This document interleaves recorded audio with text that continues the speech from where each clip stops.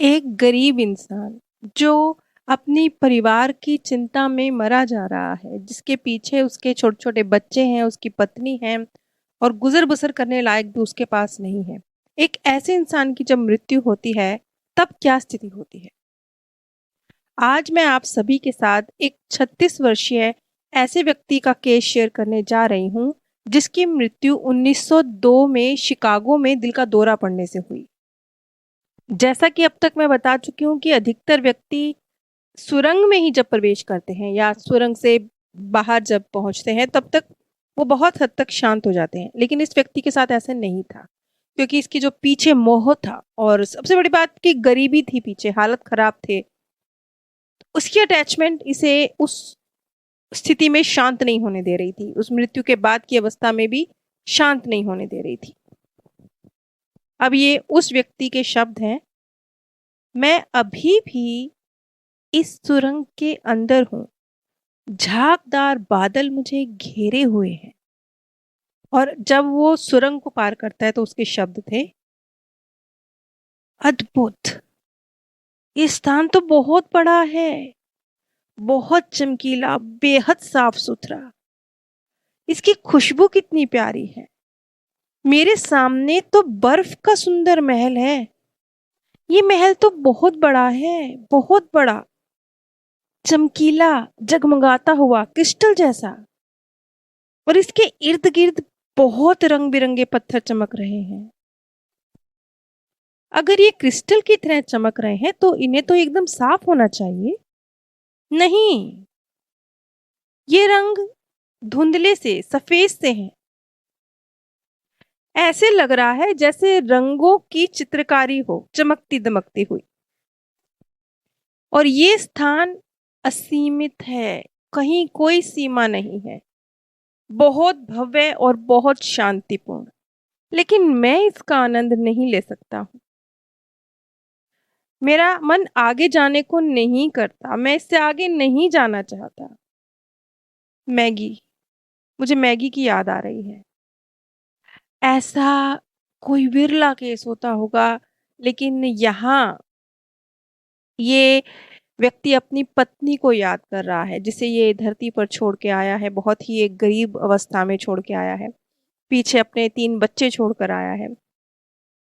तो इतनी शांतिपूर्ण स्थान में भी मन कहाँ है, पीछे मेरी पत्नी मैगी। और तभी एक खास बात होती है, कहता है, अरे वाह, मेरी मार्गदर्शक तो मेरी तरफ आ रही है, वो जानती है मैं क्या चाहता हूँ। और तब उस व्यक्ति ने अपनी मार्गदर्शक से कहा, मैं आगे नहीं जा सकता, मैं ये जानना चाहता हूँ कि मेरी बच्चे, मेरी मैगी वो ठीक रहेंगे। मार्गदर्शक उसे दिलासा दे रही थी, लेकिन व्यर्थ था। वो चिंताओं के भार तले दबा हुआ था। उसे अपने मार्गदर्शक से शिकायत थी। उसने चीखते हुए कहा, तुमने ऐसा होने क्यों दिया? तुम मेरे साथ ऐसी नाइंसाफी कर कैसे सकती हो? पहले तो तुमने मुझे और मैगी को इतनी तंग हाली में रखा, इतनी गरीबी में रखा, मजबूर बना के रखा, और अब तो हमारी डोरी काट दी। इस पर उसकी मार्गदर्शक उसे फिर से सांत्वना देती है और उससे कहती है, उसने जो किया है ठीक किया है, और वो कोशिश करेगी कि उसका जीवन सही मार्ग पर चले।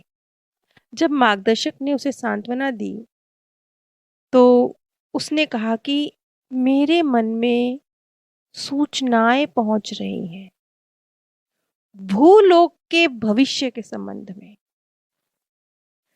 वो वो जैसे उसको मैसेज मिल रहे थे कि उसका परिवार उसके बगैर कैसे चलेगा। उन्होंने स्वीकार कर लिया है कि मैं मर चुका हूं और मेरे अंतिम संस्कार की तैयारियां कर रहे हैं। हम एक बार फिर मिलेंगे। जब ये सूचनाएं उस व्यक्ति तक पहुंची, तो उसने कहा कि मुझे थोड़ी शांति महसूस हो रही है, क्योंकि उसे थोड़ा यकीन हो गया इस बात का कि हम फिर मिलेंगे। उसने जो ये लफ्ज़ कहा, उसे समझ में आ रहा था कि वो मैगी से हमेशा के लिए दूर नहीं हुआ है। अब जैसे यहाँ पर एक सवाल और खड़ा होगा कि सब लोग मृत्यु के बाद अलग-अलग देखने का ज़िक्र क्यों करते हैं? जैसे इस व्यक्ति ने कहा कि मैंने बर्फ का महल देखा, कोई बोलेगा मैंने एक सुंदर पार्क जैसा देखा, कोई कुछ बोलता है, कुछ अलग-अलग बोलते हैं। ऐसा क्यों? सबको एक जैसा क्यों नहीं दिखता? मृत्यु के बाद जो दृश्य सुरंग को पार करने के बाद व्यक्ति देखते हैं, वो उसकी निर्वाण में मतलब उसको पार लगाने में सहायता करते हैं। जैसे कि एक बार मैंने पूरा डिटेल में केस का ज़िक्र किया था जिसमें वो व्यक्ति अपनी दादी से, अपने बचपन की यादों से बचपन का जो उसका दादी का कमरा था, एक ही बेडरूम में दादी और पोता रहा करते थे, तो वो उन यादों से इतना अटैच था कि मृत्यु के बाद की दुनिया में वो अपना उस कमरे को देख रहा है, दादी के साथ खुद को देख रहा है।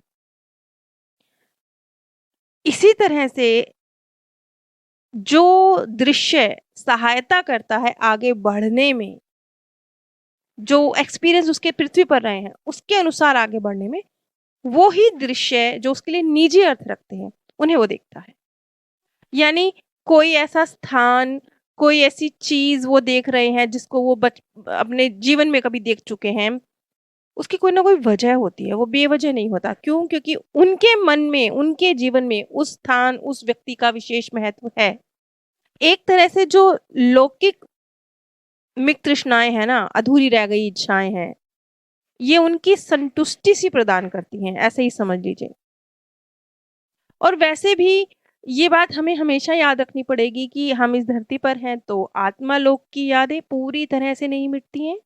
वैसे ही जब हम आत्मा लोक में होते हैं तो पृथ्वी की यादें पूरी तरह से नहीं मिटती हैं।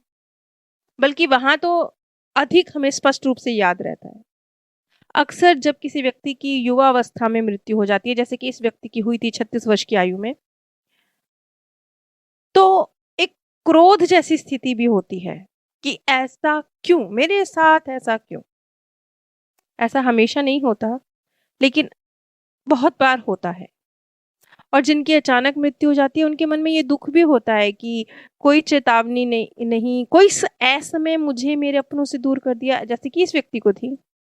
अब उसके मार्गदर्शक के द्वारा उसके सम्मुख उसकी पत्नी और उसके बच्चों का भविष्य क्या होगा, वो दिखाया जा रहा है। 10 वर्ष बाद उनकी स्थिति क्या होगी, वो दिखाया जा रहा है। वो देख पा रहा है कि इन 10 वर्षों के अंदर वो और उसके बच्चे, उसकी पत्नी बहुत संभल चुके होंगे और आज के हालात से बेहतर हालात में होंगे।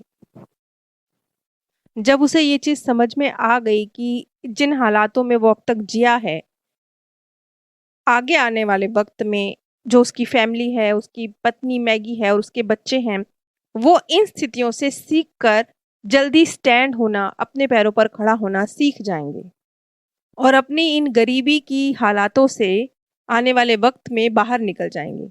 जब वो ये दृश्य देखता है और ये सूचनाएँ स्पष्ट रूप से उसके मन तक पहुँचती हैं, तो वो शांति को प्राप्त करता है और उसकी जो आगे की जर्नी है वो ईज़ी हो पाती है।